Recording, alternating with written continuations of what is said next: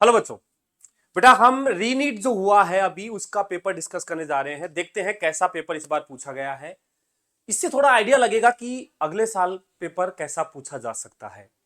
बाकी कुल मिला के कोशिश की गई है कि जो पेपर नीट का था उसी का लेवल मैच करने की, लेकिन अच्छे क्वेश्चंस इसमें भी पूछे गए हैं कुछ। ठीक है, करते हैं स्टार्ट। आइए, पहला क्वेश्चन था मैग्नेटिक पोटेंशियल एनर्जी। आसान क्वेश्चन। मैग्नेटिक पोटेंशियल एनर्जी का फॉर्मूला होता है minus P dot E, sorry P dot E तो होता है डाइपोल में, यहां माइनस एम डॉट बी। ठीक है, तो दोनों के परपेंडिकुलर दे रखे थे तो 90 डिग्री के एंगल पे जीरो पोटेंशियल एनर्जी हो जाएगी, कोस 90 जीरो हो जाएगा। Next, a bob is whirled in a horizontal circle by mean of a string at an initial angular, पहले ओमेगा दे रखा है, angular speed 10 RPM. Tension in the string is quadruple, 4 गुना कर दिया बेटा। टेंशन होगा M R omega square, omega के टर्म्स में एम आर ओमेगा स्क्वायर। यदि टेंशन को 4 गुना करना है तो ओमेगा को 2 ओमेगा करना पड़ेगा, ताकि स्क्वायर करेंगे तो 4 टाइम्स आ जाएगा। मतलब 10 आरपीएम को 20 आरपीएम करना पड़ेगा, तो न्यू एंगुलर स्पीड जो होगी दैट विल बी डबल। फिर से अच्छा क्वेश्चन, नॉर्मल सा। Next, metal cube of side 5 centimetre charge with 6 microcoulomb. एक मेटल क्यूब है जिसको 6 माइक्रोकुलम चार्ज दिया है। बेटा जब भी कोई कंडक्टर होता है, मेटल का है मतलब कंडक्टर है, तो चार्ज सरफेस पे लाई करेगा। तो क्यूब है तो इसके सरफेस पे फैल जाएगा। तो यहां पे जो चार्ज आएगा क्यू, सॉरी यहां charge density, surface charge density sigma will be Q upon area. तो टोटल एक फेस का एरिया होता है ए स्क्वायर, तो एक क्यूब में 6 फेस होते हैं, तो total 6 micro coulomb charge 6 face में डिवाइड हो जाएगा। हर एक फेस का एरिया 5 बाई 5 25 सेंटीमीटर स्क्वायर, मतलब 10 की पावर माइनस 4। यह आ जाएगा कूलम पर मीटर स्क्वायर। 6 से 6 कैंसिल हो गया। इसको सोल्व करने के लिए काम करो, 4 से मल्टीप्लाई डिवाइड कर लो तो नीचे हो जाएगा 100, तो आएगा 4 इंटू 10 की पावर -2 बचेगा और ये नीचे आ जाएगा 100। तो ये आ जाएगा 4 इंटू 10 की पावर -4। तो ये लिखा हुआ है 0.4 इंटू 10 की power -3 coulomb per metre square. इस तरीके से आंसर आ जाएगा। ये तो ठीक है, बट एक्चुअल में ऐसा क्वेश्चन पूछना नहीं चाहिए, क्योंकि यार एक क्यूब के कॉर्नर्स भी होते हैं और एक कंडक्टर पे चार्ज कॉर्नर पे कैसे डिस्ट्रीब्यूट होगा हम आइडिया भी नहीं लगा सकते, और सबसे ज्यादा चार्ज डेंसिटी होगी।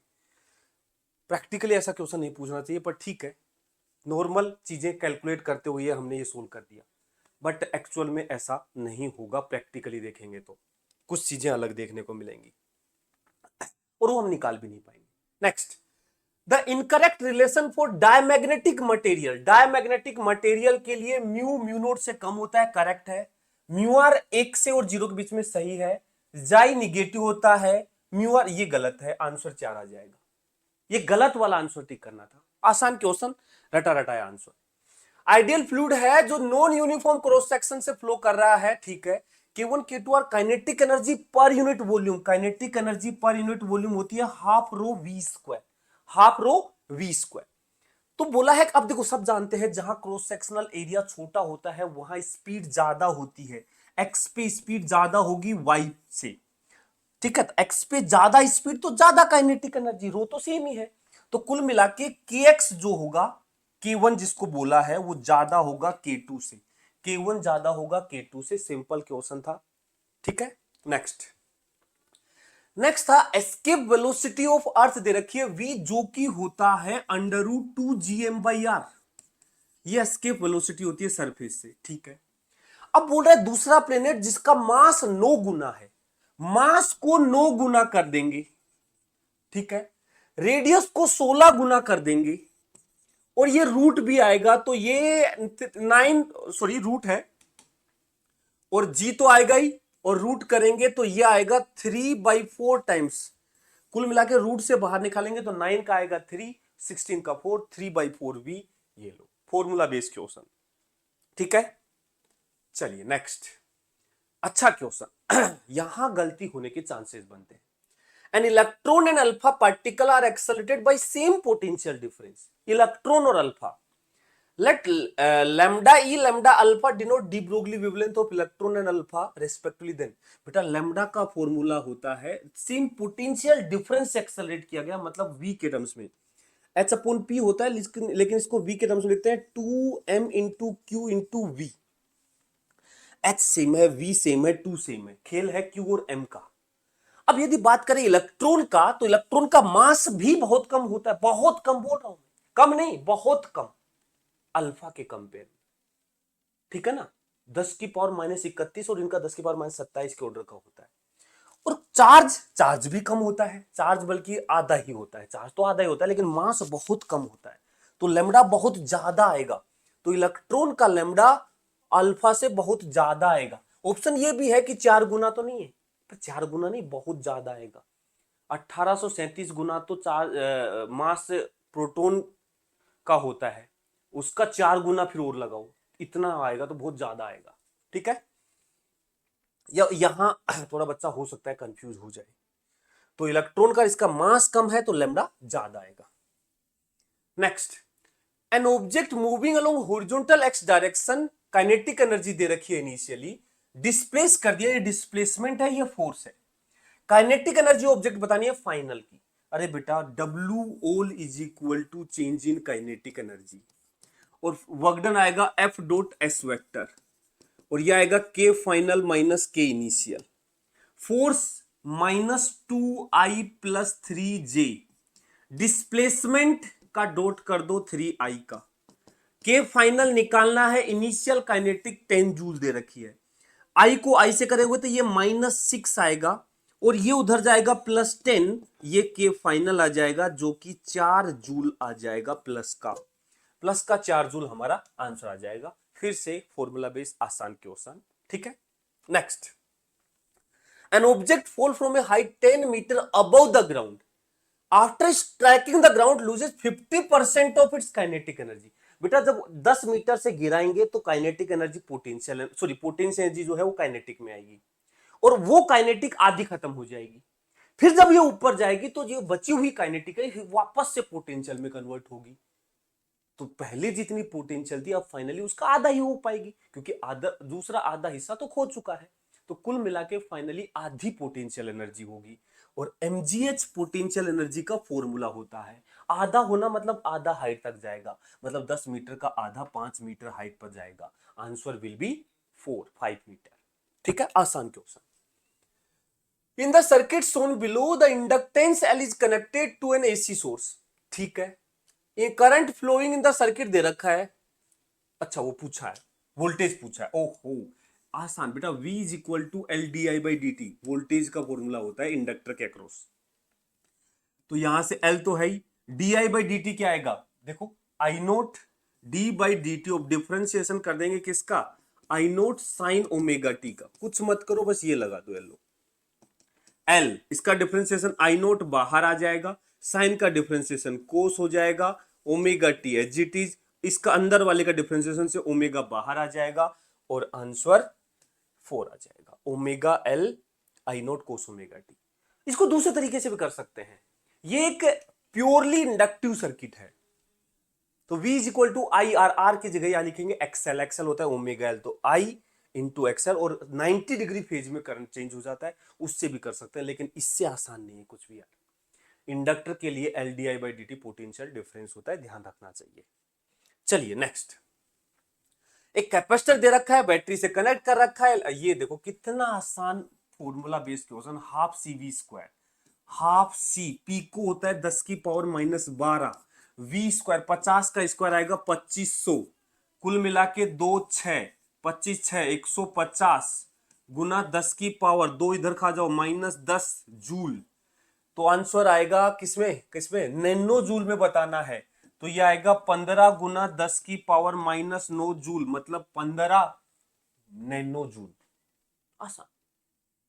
Next, a uniform wire of diameter d carries a current 100 milliampere when mean drift velocity of the electron is v।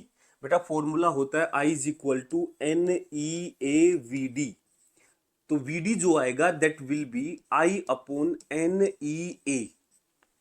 अब क्या कर रहा है, नया जो दूसरा वायर है जिसका डायमीटर d/2 है, डायमीटर को d/2 किया है, डायमीटर को d/2 किया है, तो मतलब एरिया जो होगा वो a/4 हो जाएगा डायमीटर के स्क्वायर टाइम्स। तो एरिया 1/4 कर दिया और करंट 200 मिली एम्पियर कर दिया। 100 से मतलब डबल कर दिया। तो नई ड्रिफ्ट वेलोसिटी जो आएगी वो डबल तो करंट कर दिया। एन और ई मटेरियल सेम है, ई तो वैसे ही सेम होता है। एरिया 1/4 कर दिया तो कुल मिला के 8 गुना आ गया और इस बचे हुए को बोल दिया वीडी। तो 8 गुना आंसर दो। Area 1/4, current double, drift velocity 8 गुना। नेक्स्ट, इलेक्ट्रिक सर्किट, वोल्टेज दे रखा है, करंट दे रखा है, एरर का क्वेश्चन है, रेजिस्टेंस पूछा है। V is equal to I R formula होता है, तो R is equal to V by I होता है। ठीक है, अब R तो कोई भी निकाल लेगा। V दे रखा है 200, I दे रखा है 20, कोई भी कहेगा 10 ओम, कोई बड़ी बात नहीं, सब में 10 ओम है, कोई काम नहीं आया। खेल किस में है, यदि R is equal to V by I है तो delta R by R will be delta V by V plus delta I by I. तो डेल्टा आर निकालना है, आर 10 ओम दे रखा है, निकाल दिया, क्या निकाल रखा है आपने। डेल्टा वी 4 वोल्ट है, वी 200 वोल्ट है। डेल्टा आई 0.2 है और वो 20 है। बेटा इसको दोनों 10 से मल्टीप्लाई कर दो दोनों तरफ, तो ये बन जाएगा 2/200, ये 4/200, टोटल बन जाएगा 6/200। तो डेल्टा आर हो जाएगा 6/200 गुना 10, एक जीरो खा जाएगा। 6/20 मतलब 3/10 मतलब 0.3, 0.3 एरर, 0.3 एरर। ये लो आंसर। देखो पढ़ाया जाता है, बताया जाता है अच्छे से, इसमें कोई डाउट नहीं होना चाहिए। नेक्स्ट बढ़ते हैं आगे, अगला स्टेप अप ट्रांसफर, ट्रांसफॉर्मर का क्वेश्चन देखो पूछता ही जाता है लगभग। 220 वोल्ट इनपुट है, 11,000 वोल्ट आउटपुट है, 88 वाट पावर वाला चलाना है। पूछो ऑपरेट मतलब 11,000 वोल्ट सप्लाई करेगा, 88 वाट पावर देनी है। पावर होता है वोल्टेज इंटू करंट, पावर 88 वाट देगा, वोल्टेज 11,000 देगा, तो क्या करंट नहीं बता सकते क्या? तो 11,000 बचेगा, ये 11 8 88, 8 मिली एम्पियर करंट आ जाएगा यार, 8 मिली एम्पियर। देखो देखो देखो, लॉसेस नेग्लेक्ट करने हैं तो फॉर्मूला इज लगना ही था। Next, a particle is moving along X axis with its position vector दे रखा है हमें, ये x इज इक्वल टू दे रखा है alpha T4, beta T2, gamma T और डेल्टा। इनिशियल वेलोसिटी और इनिशियल देखो वेलोसिटी निकालो डिफरेंशिएशन से, 4 alpha T3, 2 beta T plus gamma. तो V इनिशियल मतलब T0 रख दो, गामा आ जाएगा या नहीं आ जाएगा? ये तो जीरो हो जाएंगे। एक्सेलरेशन कैसे निकालोगे? फिर डिफरेंशिएट कर दो, 12 अल्फा T2, 2 बीटा, इनिशियल मतलब T0, तो एक्सेलरेशन इनिशियल आ जाएगा सिर्फ 2 बीटा, ये आ जाएगा भाई। तो गामा और 2 बीटा, गामा और 2 beta, answer is 4, answer is 4। ये लो ये लो, रेशो ले लिया, रेशो ले लिया दोनों का, कोई बड़ी बात नहीं। Next, radius of gyration of solid sphere of 5 kg mass about xy is 5। अच्छा, रेडियस ऑफ जायरेशन दे रखी है। लेट्स सपोज इसकी रेडियस r है, तो इसका मोमेंट ऑफ इनर्शिया आएगा 2/5 mr², तो सेंटर वाली एक्सिस के अबाउट, उसको r शिफ्ट कर दो mr², यह आएगा 7/5 mr²। इसको रेडियस ऑफ जायरेशन निकालोगे mk² के इक्वल कर दोगे, mk² is equal to 7/5 mr²। यहां से रेडियस ऑफ जायरेशन आएगा √7/5। लेकिन इसने उल्टा पूछा है, हमें दे रखा है रेडियस ऑफ जायरेशन 5, ये दे रखा है 5, तो √7/5 r पूछा है, r will be 5√5 by √7, 5√5 by √7 मतलब x इज √5, x इज √5 मतलब 4 आंसर।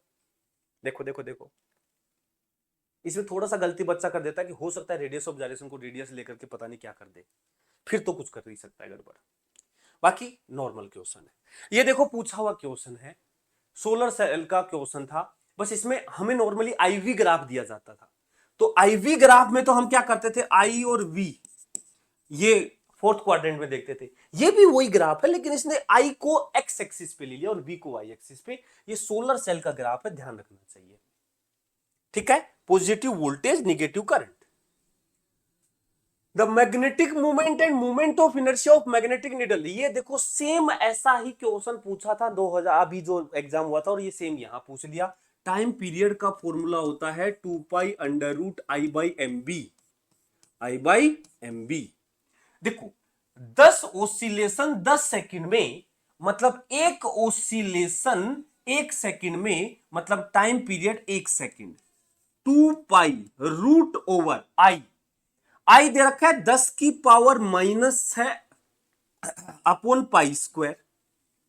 नीचे एम, एम दे रखा है, एम दे रखा है 10 की पावर माइनस 2, एक प्रकार से 1 गुना 10 की पावर माइनस 2, और बी निकालना है।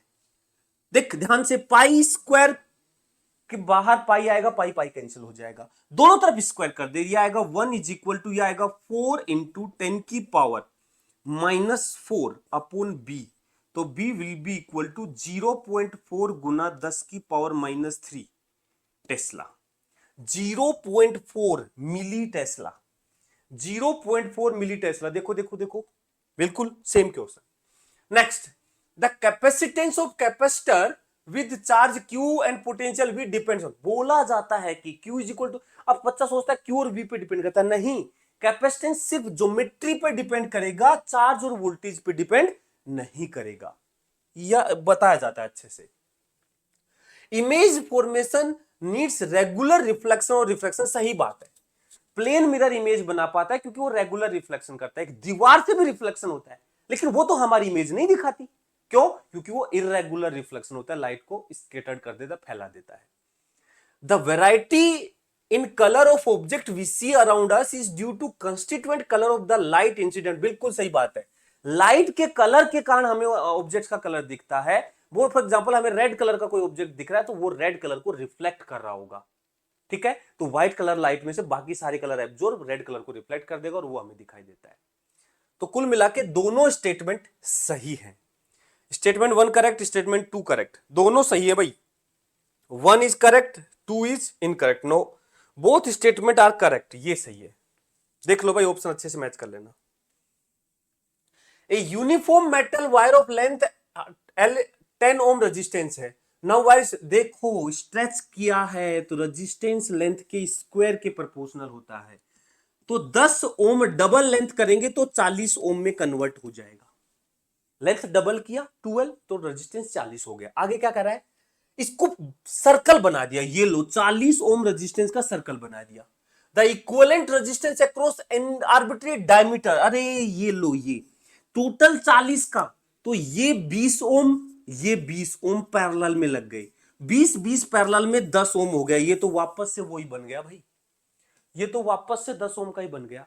अरे भाई 10 का लेंथ डबल किया 40 बना, 40 को सर्कल में सजाया, डायमीटर के अबाउट निकालना था तो 20 इधर आया 20 इधर आया, जो पैरेलल में थे 20 पैरेलल में 10 हो जाएगा। Answer spectral series which correspond to the electronic transition from 5 6 7 बहुत सारे से 4। अरे भाई देखो देखो देखो देखो, 1 पे आया लाइमन, 2 पे आया बामर, 3 पे आया पासन, 4 पे आया ब्रैकेट, ब्रैकेट सीरीज है। फाइनल 4 पे आ रहा है, 5 से आए, चाहे 6 से आए, चाहे 7 से आए, चाहे 8 से आए, सारे 4 पे आए, ब्रैकेट सीरीज हो गया सीधा। नेक्स्ट असर्शन कह रहा है house is made of concrete roof overlaid with the foam keep the room hotter during summer.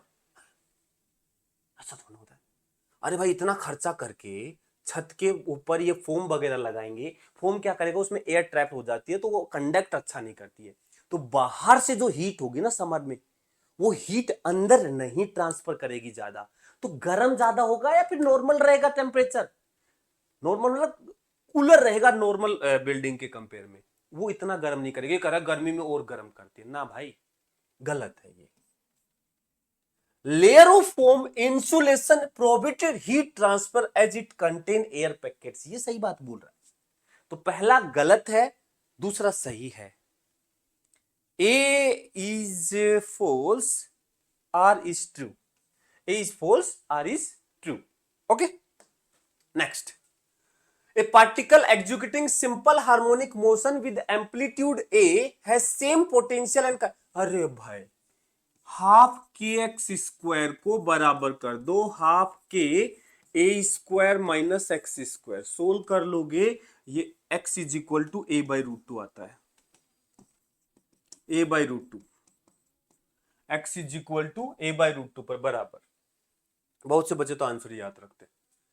Two slits in young double slit experiment 1.5 mm apart, screen plus wavelength ये fringe width। अरे भाई, fringe separation मतलब fringe width, fringe width होती है lambda capital D upon small D. Answer लगाओ, answer मतलब value put करो answer यार। Water is used as a coolant in nuclear reactor because of its high thermal expansion. क्या फर्क पड़ता है भाई हमसे, हमें थर्मल एक्सपेंशन से, कूलेंट का में, कूलेंट में क्या होता है, हीट को एब्जॉर्ब करना होता है। हाई स्पेसिफिक हीट कैपेसिटी ये बोल सकते हैं। Low density, low boiling point, no no no no, high. अच्छा क्वेश्चन बनता है यदि वो पूछता कि एक्चुअल में हार्ड वाटर यूज किया जाता है, हैवी वाटर यूज किया जाता है, और उसका रीजन यही होता है कि एक तो स्पेसिफिक हीट कैपेसिटी अच्छी है और उसका बॉइलिंग पॉइंट भी थोड़ा ज्यादा रखा जाता है ताकि गैस में ना कन्वर्ट हो, हीट को एब्जॉर्ब करने में ये होता है। ठीक है। The pitch of an error free screw gauge is 1 mm, pitch 1 mm है और डिवीजन इतना, लीस्ट काउंट कितना आएगा पहले बता, लीस्ट काउंट कितना आएगा, pitch divide by number of circular scale division 0.01 mm pitch, ये लीस्ट काउंट आ गया। अब डायमीटर मेजर कर रहे हैं, कह रहा कि द पिच स्केल मतलब मेन स्केल रीड्स 1 mm, मतलब मेन स्केल पे 1 mm चला है और सर्कुलर स्केल पे 63 चला है, तो 1 mm तो पूरा पूरा हो गया, 63 टाइम्स ऑफ लीस्ट काउंट होगा जो कि 0.01 mm है, तो आंसर आएगा 1.63 mm, 1.63 mm। हम खुश होके पहला ऑप्शन टिक करके आ गए। अबे भाई वो सेंटीमीटर है, mm तो ऑप्शन में नहीं है, तो इसको लिखेंगे 0.163 सेंटीमीटर, 10 से डिवाइड कर दो, mm से सेंटीमीटर बदल जाएगा, आंसर 2 आ जाएगा। Next, let us consider two solenoid A and B made from same magnetic material, relative permeability mu r and equal cross sectional area। अच्छी बात है। Length of A is twice that of B, number of turns per unit length दे रखे हैं half, ratio of self, बेटा self inductance का formula होता है mu not N square A into L, mu not N square A into L, N है number of turns per unit length, A cross sectional area, L length. अब देखो ये mu naught same है, ए same है, L अलग है और N अलग है, तो हमें बोला है कि ratio of self inductance L A by L B, ये आएगा बेटा N A by N B का स्क्वायर और L A by L B, बस इसमें वैल्यू पुट करना है। अब देखो हमें क्या दिया है, length of A is twice of length of B, मतलब L A by L B जो होगा दैट विल बी 2:1।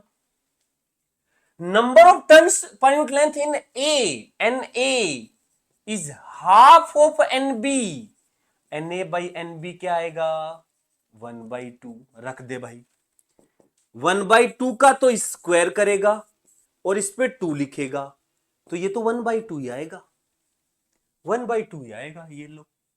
कुल मिला के सेल्फ इंडक्टेंस का फॉर्मूला याद होना चाहिए था और ये लिखवाया जाता है।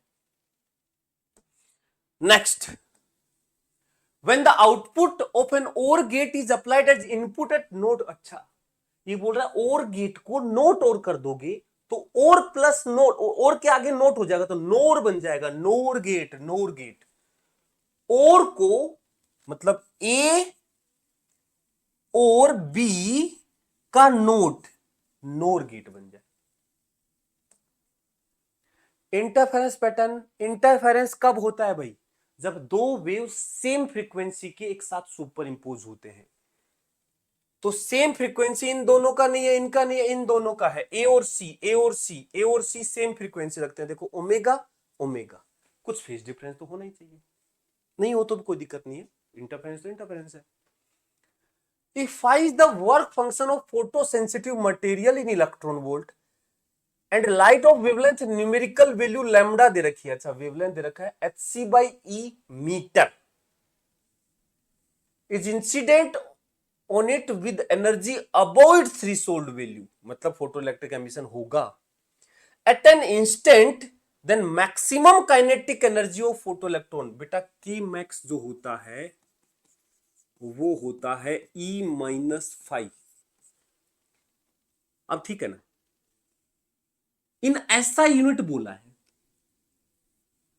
ई होता है hc/λ -5 इन ऐसा यूनिट लिखना है। hc/λ, लैम्डा हमें दे रखा है hc/e, देखो ऐसा यूनिट में दे रखा था, hc/e रख दिया, hc चला गया -5। अब देखो खेल दिक्कत पता है क्या है, फाई दे रखा है इलेक्ट्रॉन वोल्ट में, तो तरीके से फाई की वैल्यू होनी चाहिए फाई ई, ये जो फाई है ये होना चाहिए phi E in joule.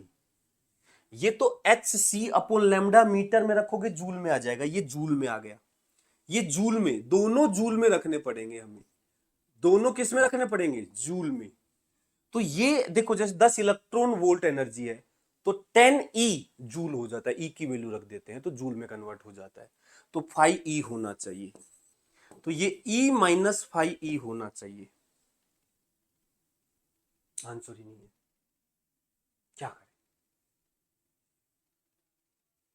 Actual में इसने जबरदस्ती गलत बोल दिया होगा, या तो 5 वो जूल में होगा तब आएगा, या फिर इसको फालतू की चीजें बोलनी नहीं चाहिए, ऐसा यूनिट वैसा यूनिट वगैरह, ये इलेक्ट्रॉन वोल्ट में नहीं होना चाहिए, फिर आंसर 3 आ जाएगा।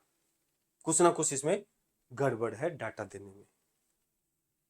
The electromagnetic radiation which has smallest wavelength, smallest wavelength मतलब maximum energy, that is gamma rays, maximum energy gamma rays. Equilibrium state of thermodynamic system is described by, बेटा किसी भी स्टेट को डिस्क्राइब करने के लिए 3 चीजें चाहिए थर्मोडायनेमिक्स में, pressure volume temperature, PVT, pressure volume temperature, ACD, ACD, ACD, answer is 4। Some energy levels of molecule are shown in the figure, wavelength of the transition बताना है, -2E -5/2, ठीक है। देखो E1 निकालते हैं, एनर्जी डिफरेंस डेल्टा E1, ये वाला ये आएगा -5E/2 माइनस माइनस +4E, तो 4 दूनी 8, 3/2, 3E/2। डेल्टा E2, ये एनर्जी गैप कितना आएगा, 3E/2E आ जाएगा। डेल्टा E3, ये एनर्जी गैप कितना आएगा, 2E आ जाएगा, 2E। बट वेवलेंथ पूछा है। डेल्टा E1 को क्या लिखोगे, hc/λ1, इसको क्या लिखोगे, hc/λ2, इसको क्या लिखोगे, hc/λ3। जिसका एनर्जी गैप सबसे ज्यादा, वेवलेंथ उसका सबसे कम। देखो 3 और 2 में, 3 और 2 में एनर्जी गैप ज्यादा है 3 का, तो वेवलेंथ कम, वो ज्यादा बोल रहा है, गलत बोल रहा है, गलत बोल रहा है।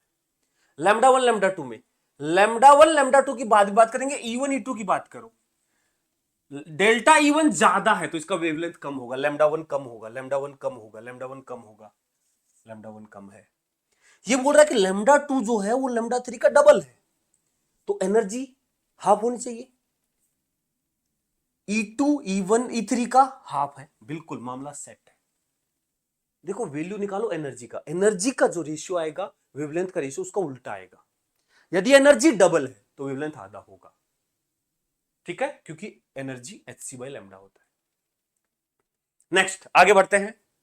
A box of mass 5 kg pulled by the, आप लोग ये लो भाई, 5 किलो का बॉक्स है, तो नीचे आएगा mg sin थीटा, तो 50 sin 30, 30 आएगा, 25 आएगा सॉरी,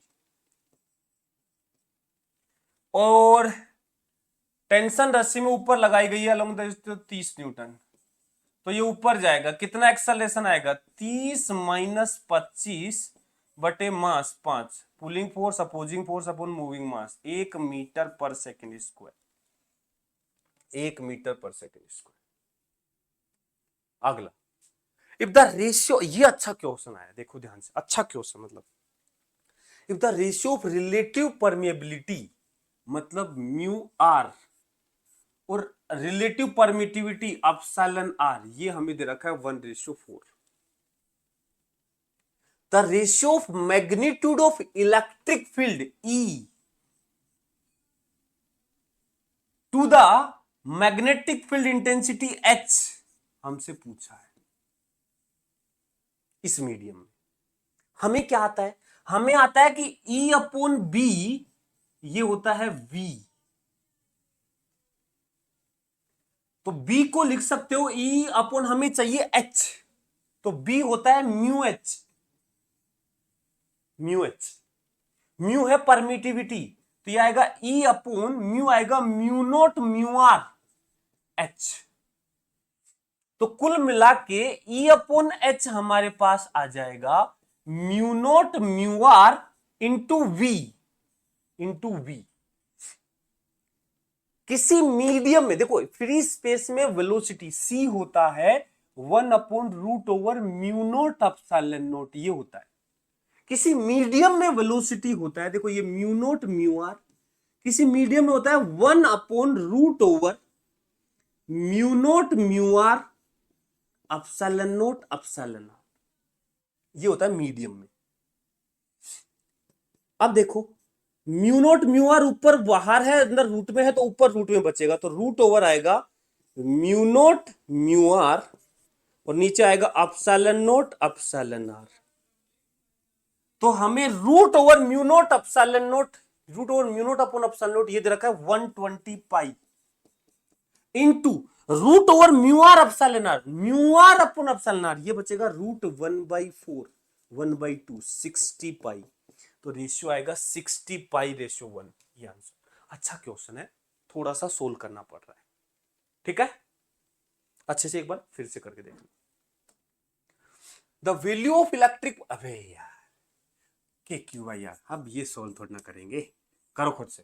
के क्यू बाई आर यूनिट सही रख देना बस।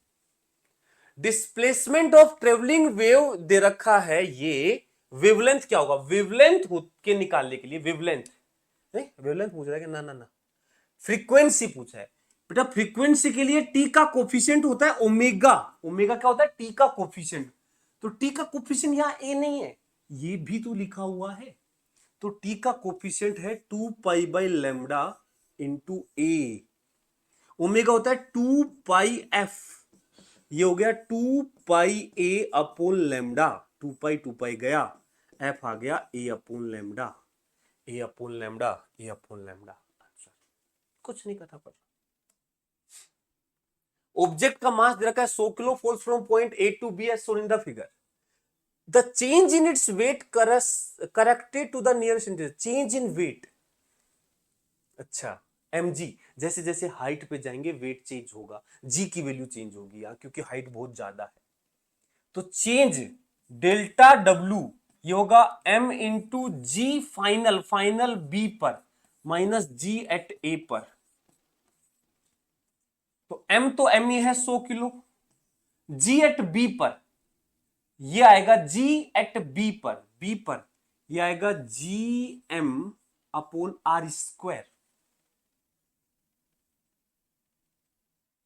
देखो सरफेस से कितना होगा, ये सरफेस से 2r में से मान करो 3/2re, सरफेस से 3/2r, तो सेंटर से कितना होगा, क्योंकि डिस्टेंस gm/r² में डिस्टेंस कहां से लेते हैं, सेंटर से, g होता है gm/r², स्मॉल r², तो सेंटर से हो जाएगा 5r/2, 5r/2 का स्क्वायर माइनस ए पर हो जाएगा जी एम अपॉन ये 2 और एक वो, तो 3r का स्क्वायर।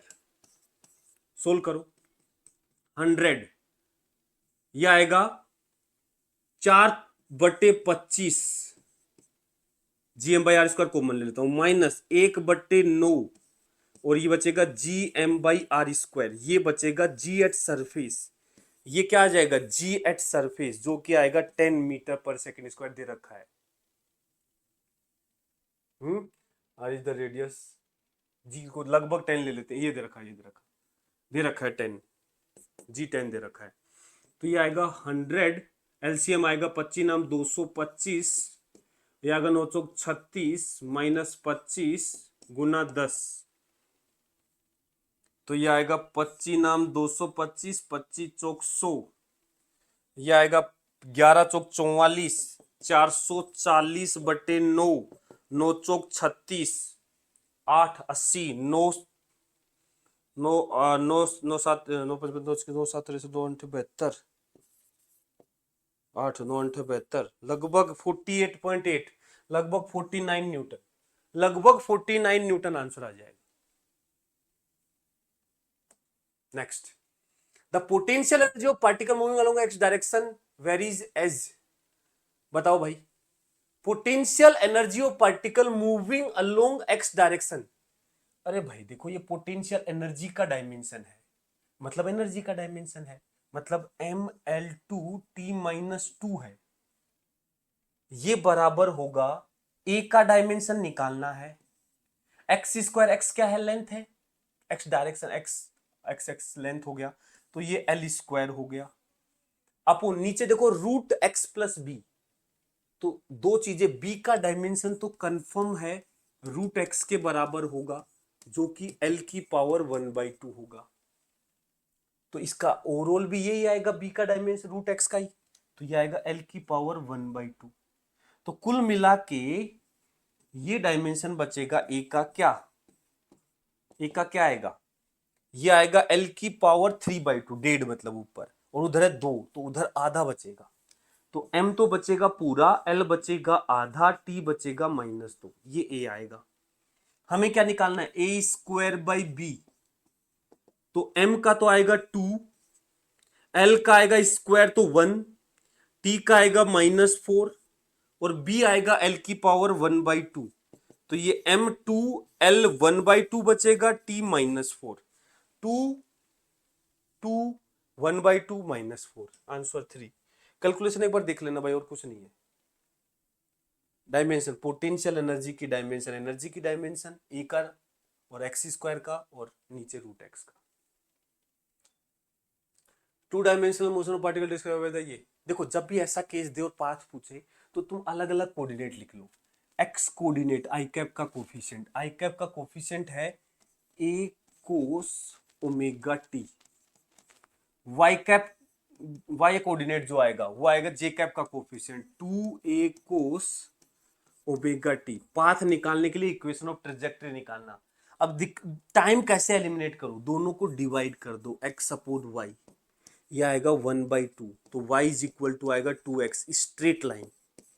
कैसा पाथ है, स्ट्रेट लाइन होगा, पैराबोलिक नहीं, इलिप्टिकल नहीं, पीरियोडिक मोशन, हाँ देखो दोनों ही पीरियोडिक हैं, बिल्कुल पीरियोडिक मोशन होगा, सिंपल, बिल्कुल दोनों ही सिंपल हार्मोनिक मोशन है और सेम फ्रीक्वेंसी के हैं, तो रिजल्टेंट मोशन भी सिंपल हार्मोनिक मोशन होगा, आंसर आएगा COD। यदि दो motion simple harmonic motion same frequency के हैं तो रिजल्टेंट मोशन भी एक सिंपल हार्मोनिक मोशन आएगा। ये लो भाई, अनपोलराइज्ड लाइट आई I0, यहां से गई पोलराइज होगी तो ये इंटेंसिटी हो जाएगी I0/2, फिर 60 डिग्री के एंगल पे है तो ये हो जाएगी I0/2 कोस स्क्वायर 60, कोस 60 होता है 1/2, तो ये आएगा 1/4, तो 1/8, I0/8 हो जाएगा। फिर इसके बाद 45 पे तो ये आएगा I0/8 का कोस स्क्वायर 45, कोस 45 1/√2 का स्क्वायर 1/2, I0/16 आंसर आ जाएगा। I0/16 मालूस लो लगाना है बस, और कुछ नहीं है।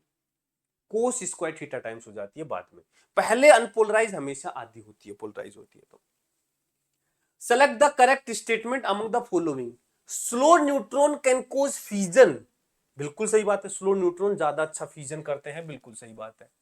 Alpha rays are helium nuclei, बिल्कुल सही बात है।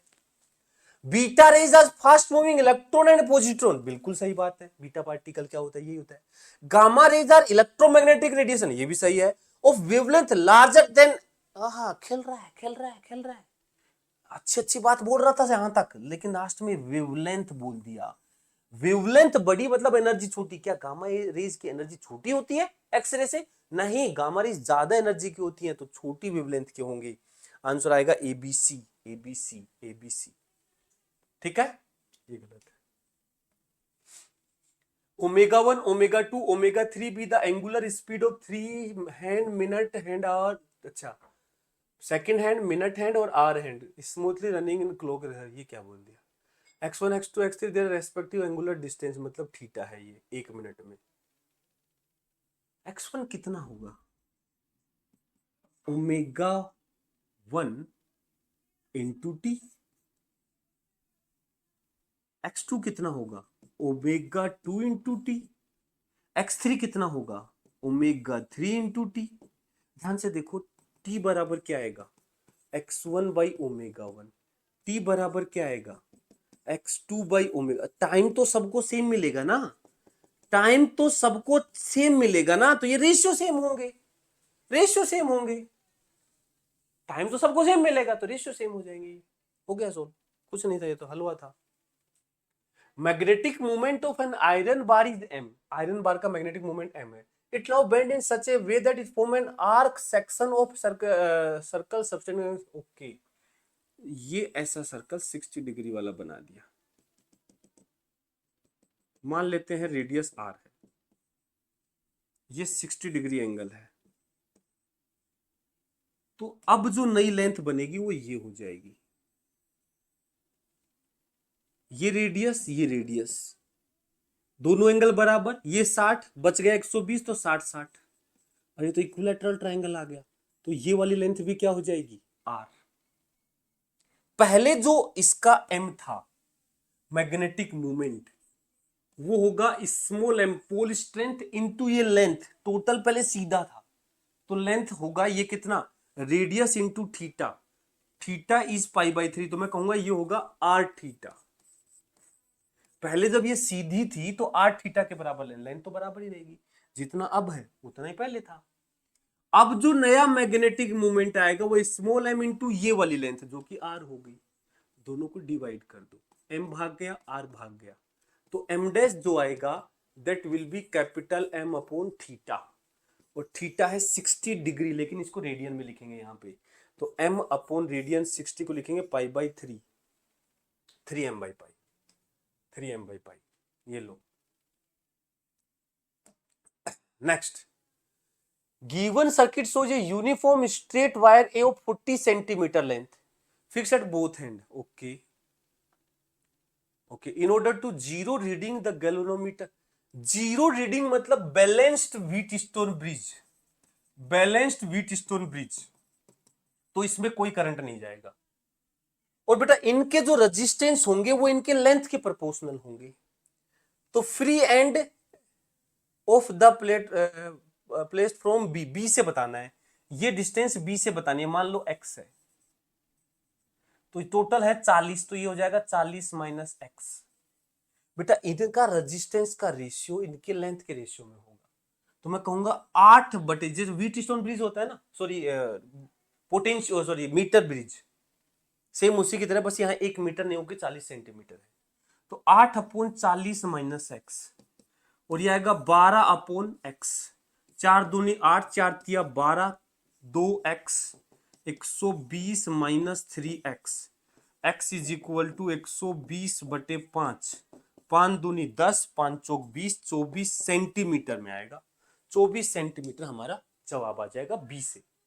दिमाग थोड़ा ये लगा ना, उधर एक्स मत मानना, क्योंकि जहां से पूछा है उसको एक्स मानो, अदरवाइज गलती कर दोगे। यदि उधर से एक्स मानोगे तो फिर आंसर कुछ और आ जाएगा। Next, according to the law of equipartition of energy, the vibrational mode of polyatomic gas gamma, specific heat of the gas at constant pressure. अरे यार, केमिस्ट्री में पढ़ाते हैं सब कुछ तो है ना। एक्चुअल में हम तो सीधा वैसे पढ़ाते थे, बाकी एक फॉर्मूला एनसीईआरटी में दे रखा है, इसका एनसीईआरटी में दे रखा है। गामा का फॉर्मूला क्या होता है? 4+f/3+f। एफ है वाइब्रेशनल डिग्री ऑफ फ्रीडम। यदि vibrational degree of freedom f है तो गामा होता है 4+f/3+f। लेकिन हमसे पूछा क्या इसने? हमसे गामा के टर्म्स में f पूछा है, तो सोल्व कर देंगे। 3 gamma plus f gamma, 4+f F एक तरफ कर लेते हैं, तो एफ कॉमन ले लिया, गामा -1 और ये आएगा 4 - 3f, तो एफ आ जाएगा 4 - 3f अपॉन गामा -1। 4 - 3 एफ आएगा क्या? कुछ गड़बड़ कर दिया क्या? 3 गामा एफ गामा 4 + f, तो 4 माइनस ये 3 गामा आएगा। ओके ओके ओके ओके, ये एफ तो उधर चला गया, 3 गामा आएगा, 3 gamma 4 - 3 gamma upon gamma -1, answer 3। NCERT का फॉर्मूला है, बहुत ज्यादा अभी तक तो कभी ऐसा पूछता नहीं था, लेकिन इस बार पूछ लिया, याद रखना चाहिए फिर तो भाई ये फॉर्मूला, और तो क्या है। Next, the output y for input a and b of given logic circuit, ये आएगा a बार, ये आएगा b बार, ये करेगा a बार का डॉट करके b बार, फिर उसका बार डॉट करके बार करेगा, बार ओपन करोगे तो a bar bar plus b bar bar, ये आएगा a plus b, a plus b, a plus b। देखो next, the amplitude of the charge oscillating in a circuit decreases exponentially. ओहो, Q is equal to Q naught e की power -RT अपॉन 12। ओहो, time at which charge amplitude decrease to 0.5 Q naught, मतलब आधा। अबे नालायक, exponential decay याद है? इसको कंपेयर कर, Q is equal to Q naught e की power -T/τ, discharging of capacitor जैसा कुछ। तो यहां से टो जो आएगा दैट विल बी 2L/R। हमसे पूछा है हाफ लाइफ, टी हाफ, आधा होने में मतलब हाफ लाइफ, जो रटा हुआ है हमें τ ln2, तो हमें दे रखा है 2L/R ln2, 2L 12 milli henry by R R R R R R R 1.5 ln2 0.693। Solve कर ले, इसको सोल्व कर ले, मिली में आएगा आंसर, तो आंसर तो मिली में आएगा। 1.5 देख ले भाई कितना आएगा, 11 कुछ के आसपास ही आएगा, 1 से 12 15, इसको थोड़ा कम करेगा, 11 मिली, 11 मिली, देख लेना, सोल्व कर लेना, ये आएगा लगभग। Next, the steady state current in the circuit shown below. Steady state पे कैपेसिटर क्या हो जाता है? कैपेसिटर की ब्रांच में अंधेरा, मतलब करंट जीरो हो जाता है, ओपन सर्किट हो जाता है। तो सर्किट बन जाएगा, ये बैटरी, ये रेजिस्टेंस, ये हो जाएगा ओपन, तो इस रेजिस्टेंस में कोई करंट नहीं जाएगा, और ये हो जाएगा, ये तो है ही 3 ओम, ये है ही 2 ओम, ये है ही 10 वोल्ट। तो circuit shown in below, the steady state current in the circuit shown below, तो ये कितना आ जाएगा? I इज इक्वल टू आएगा 10/5, 2 एम्पियर, 2 एम्पियर आंसर आ जाएगा। ठीक है, आसान है। और ये बेटा अपना नेक्स्ट ईयर के लिए प्लानिंग है, test series, long test series हमने देखा होगा, लॉन्ग टेस्ट सीरीज आपके लिए निकाली है, और एक्चुअल में इसका उद्देश्य यही है अपना, क्योंकि पूरे साल भर हम टेस्ट देते नहीं अच्छे से, और एक ऑल इंडिया टेस्ट सीरीज को हम फॉलो नहीं करते, लास्ट में भटकते घूमते हैं, फिर हम सोचते हैं अभी अचानक से कुछ हो जाए। बेटा उसके लिए हमें स्टार्टिंग से ही अब ध्यान देना पड़ेगा। अब देखो क्वेश्चंस का लेवल थोड़ा बढ़ रहा है, तो नेक्स्ट ईयर जैसे इस बार मार्क्स देखे गए, तो नेक्स्ट ईयर हो सकता है लेवल और बढ़ाया जाए, तो उसी के हिसाब से डिजाइन ये टेस्ट सीरीज है। और इसमें बेटा पूरे साल भर ये चलेगी, जिसमें पार्ट टेस्ट भी होंगे, फुल टेस्ट भी होंगे। इसका कंप्लीट जो वीडियो है वो आप जाके देख सकते हैं। ठीक है, तो ये इसके बारे में टोटल डिटेल्स हैं, इनको अच्छे से देख लो। टेस्ट टाइमिंग होंगे, वो कहाँ होंगे, ये सब चीज़ें वीडियो के थ्रू बताई गई हैं, आप वहाँ जाके देख सकते हैं। ओके बेटा, थैंक यू वेरी मच।